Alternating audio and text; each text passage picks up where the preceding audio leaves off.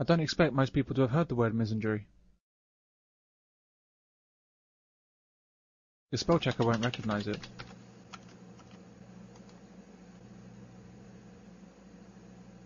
The word misogyny, on the other hand, is very well known. Misandry does exist, however, and is there to be seen in media output, in the workplace, in education, in fact, in most areas of life in the Western world. Misandry tells us that men do very bad things, and they do them all the time. They rape women, they molest children, they beat their wives, they sexually harass their colleagues, they're deadbeat dads, they start wars, they can't communicate, they're controlling, they smell, they're hairy, and they don't wash. So who are these men that the media keeps informing me about? I heard they kidnap little children and drink their blood from little plastic cups that they make themselves from detergent bottles. Real live men are nothing like the depiction routinely broadcast on our televisions day after day. I mean, let's be clear here, when I'm at the cash point, I'm looking over my shoulder for men, not women. But the fact remains that the bad that men do pales in comparison with the greatness of men. When you look at the role of men at all levels of society, from leaders to street cleaners, men are fantastic examples of humanity.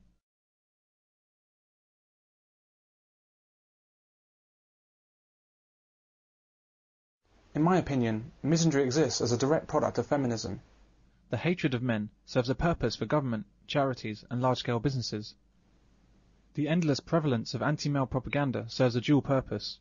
It's done primarily to turn women against men. But it's also about turning men against themselves, and getting men to think the worst of themselves. It's about creating guilt. Feminism is responsible for poisoning our view of men to the extent that men have become what can only be described as a disposable sex. The attack on men is carried out at many levels of society and across many different issues. Specifically, men are targeted in the realms of domestic violence, child abuse, fatherlessness, equality, health, and education. The Stephen Lawrence inquiry described institutional racism in the police force. However, no inquiry has ever been undertaken into the institutional misandry throughout our society. If such a study was ever to be undertaken, the extent, the depth, and the ferocity of male hatred in our institutions would become clear. However, most men I've met are unaware of the true extent of misandry, the extent of hatred against men in Western society. It's enormous, and it's perpetrated against men from the time of their birth right up to death, which comes from men far earlier than it should. Misandry is such a normal and ordinary part of life that it's very difficult to actually know it's happening, until you try asking yourself a few questions. Why do 80 men kill themselves every week? Why are over 90% of the homeless men? Why do men die 6 years earlier than women? Why have you never seen a female refuse collector? Why is there a breast cancer awareness month in the UK?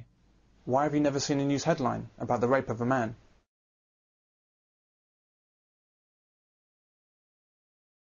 Could men become illegal? Misandry is way too big to appreciate until we take a step back. The first thing to understand is that in our society, men don't actually exist.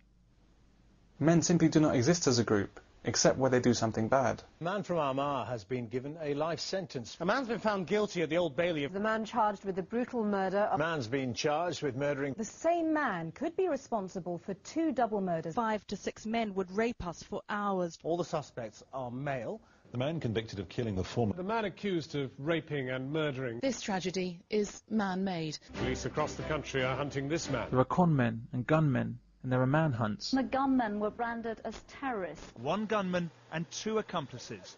But when men do good things, or brave things, as they overwhelmingly do day in, day out, or when men are the victims of tragedies, then suddenly the word men disappears into some kind of unmentionable abyss. A Canadian submarine with 57 on board drifts in heavy seas. Royal Navy and RAF assets. Just tell us about the number of people on board. There's 57 crew. There was 9 personnel who reported smoke inhalation. 2 of concern, but none of them require a medevac from the submarine. To reach 13 coal miners who were trapped after an explosion in West Virginia. We believe the individuals might be located. People die on roadworks simply because they're trying to mend our roads and make them better for us.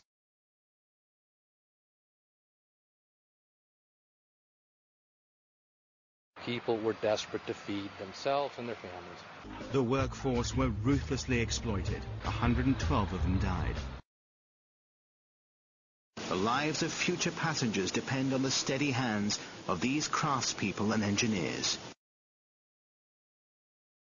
2 firefighters have died after a blaze in East London. The pair were on the top floor of the building. 4 RAF crew are feared dead. None of the crew members have been found. 5 soldiers were killed. 4 bodies have been found near. Contact with the crew was lost. 5 members of the regiment were killed. 3 US soldiers died there today, but 9 others have been killed. The soldier was airlifted to Baghdad for treatment.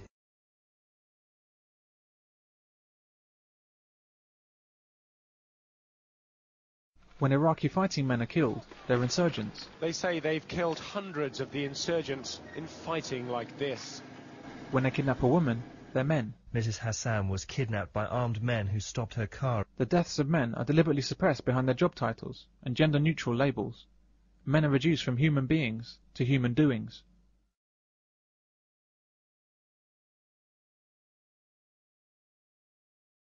Women, however, certainly do exist, especially when something bad happens.